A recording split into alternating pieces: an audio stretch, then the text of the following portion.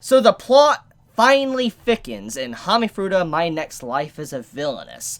Now, when it comes to the twist, let's be honest, it kind of was expected with just how the student council president has been built up, like how he's been here and there throughout the story, but not really relevant, but it's been hinted that he might have a role to play.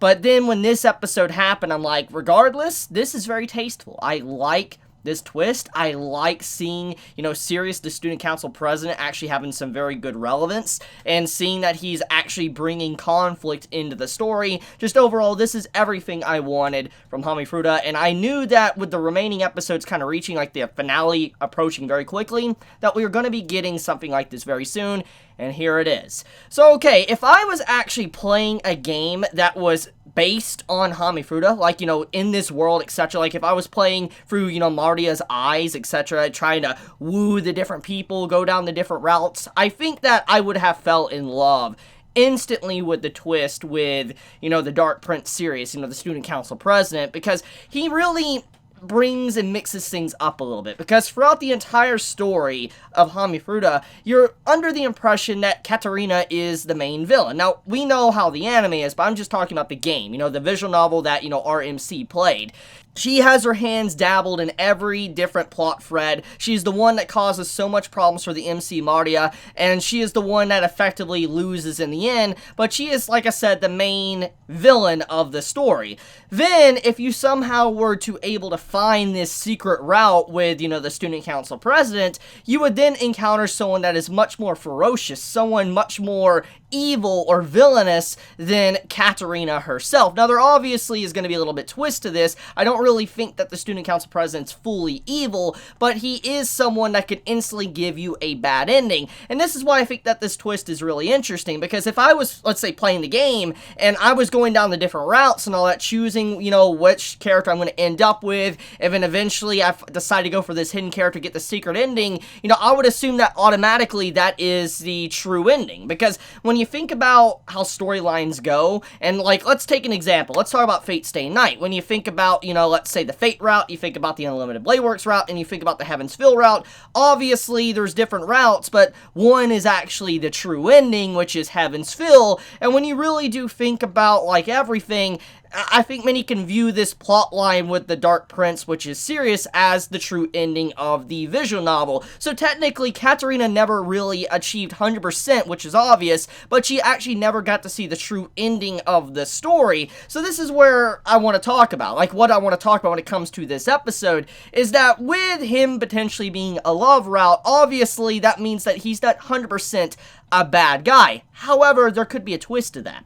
There is a lot of visual novels I have played over the years, not just watching anime and reading manga. I do play visual novels, and I love visual novels. I don't talk about it much, but I do play them. There's quite a few out there that I have really enjoyed, and, seeing this little twist here with Katarina, some of them, when it comes to visual novels, have the character turn evil to join with this other person. What I'm trying to say is that Mardia, since she's technically on the light side, she has light magic when, this game came out, she was obviously a complete contrast to the Dark Prince, which is Sirius, using dark magic. And hypothetically, since he is the route, like an ending hidden route, and potentially the true ending, it's likely that either A, Mardia somehow persuades, Sirius to actually be a good guy, which is most likely going to happen within Hamifuda's, anime, or if it was actually a visual novel with some crazy twist, you would have it to where, Mardia actually gets corrupted and actually becomes evil with him, and then, that is the ending route. It's kind of like an evil bad ending,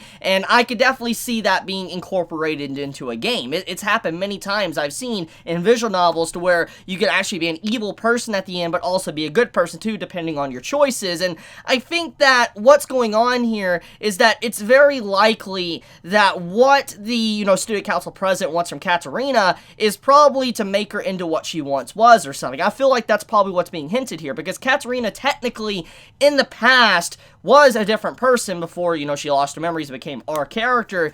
I feel like maybe somehow the student council president can sense that, and he wants to actually turn her into what she once was, which could lead into, like, an evil ending, but like I said, that's not gonna happen. But that would be cool. So, yeah, I think that just when it comes to the twist, it's a good twist. I am a big fan of it, and I'm excited to see where it's going to go.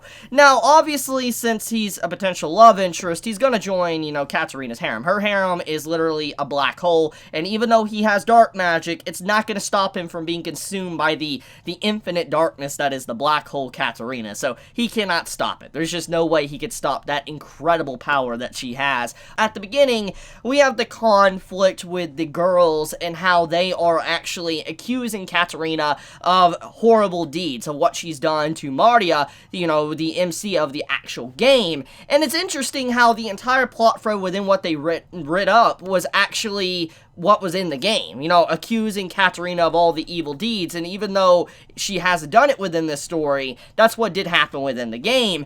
And it's interesting that this came about and how well thought out the writing was, which is why I talked about early on in this video how maybe the student council president knows how Katarina once was, how she kind of lost that evil side to her, and maybe he's trying to drag it out of her, trying to completely pull it out of her to allow her to be what she once was, the original Katarina. But regardless, though, I do think that it's interesting that Katarina pretty much proved she evaded her own doom flag. She doesn't really have the traditional doom flag that happens to Katarina, but now she has to worry about an even greater doom flag that is what kills everyone, gets rid of everyone in the end of the story. For instance, what the student council president does. Since he has dark magic, he will effectively get rid of the protagonist and get rid of all the protagonist's friends one by one, and eventually till you stop the person or you lose, one or the other. And I doubt Maria is actually dead at this point. I really doubt that. I just don't think Hamifuda is that kind of story to really kill her off.